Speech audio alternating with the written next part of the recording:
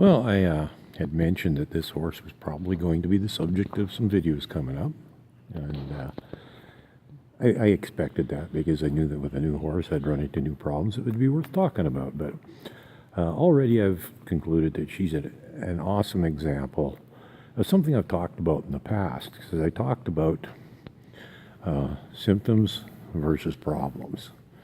Oh, by the way, this is a head shy horse. You can't touch her.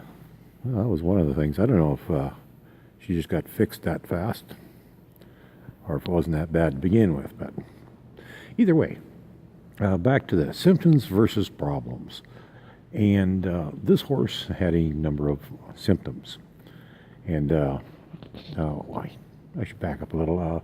It's really important to differentiate the difference between a symptom and a problem, or you can spend an awful lot of time fixing problems that you might be able to fix them, but then they come back, or maybe different ones pop up to replace them because you actually haven't fixed the real problem. You've fixed a symptom, and the underlying problem is still there that is creating symptoms.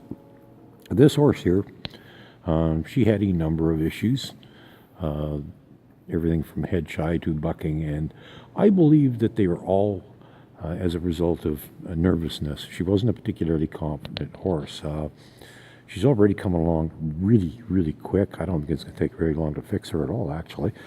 I'm really liking this horse. But if I did not address the actual underlying problems, I would be wasting my time, because I might be able to address the bucking. I'm pretty sure I could, actually. But I don't know anybody that actually wants to ride a bucking horse. And if you fix the symptom, there's always a possibility that down the road, if the right buttons get pushed, that may reoccur. And bucking can be quite dangerous. So you see, that's why I decided to talk about this again, is because being able to differentiate between symptoms and problems is actually a safety issue. And, it's one of those things. It's like, getting bucked, that's a safety issue, a huge safety issue. And you don't want to have to deal with that. So you have to fix the underlying problem. And it's like I said, I probably could fix the bucking, but that wouldn't solve the problem, because then maybe the bucking might come back if the buttons get pushed, or it may get replaced by bolting and rearing, or who knows what. And we don't want any of those things. They're all safety issues, because I didn't address the underlying problem, and that just it leaves a potential. If you've got a nervous, worried horse, the potential for all kinds of things to go wrong is there. And so that's why it's important to identify what her actual problem is. It may be more than one, but I think it generally comes down to this small group. There might be a couple of different ways we'll have to go at it to address it.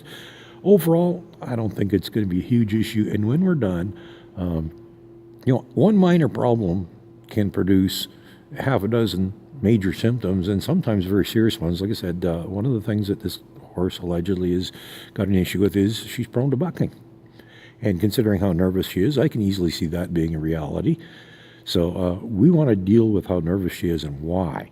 We aren't going to worry about the bucking right now. Down the road, I'm going to check to make sure it's actually gone, like I said before in another video, but I'm not even going to worry about that right now, because that's just a symptom. That's not the problem. And we want to fix the problem. We want to make this a happy, productive horse.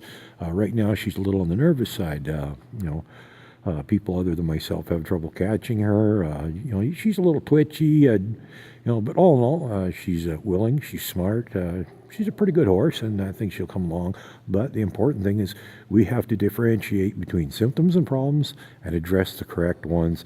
Otherwise, we're going to be chasing our tail. We're always going to be fixing things, because if we don't get to the root cause, that doesn't make the rest of the stuff go away, or remove the cause of the rest of the stuff. Some of the other things I may still have to address individually anyhow. But if we don't get rid of the root cause of those things, we're never going to solve them at all.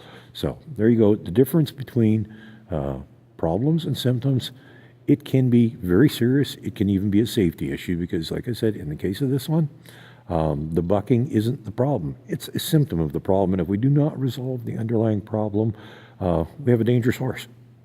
If we get rid of that problem, we have an awesome horse. Have a good day.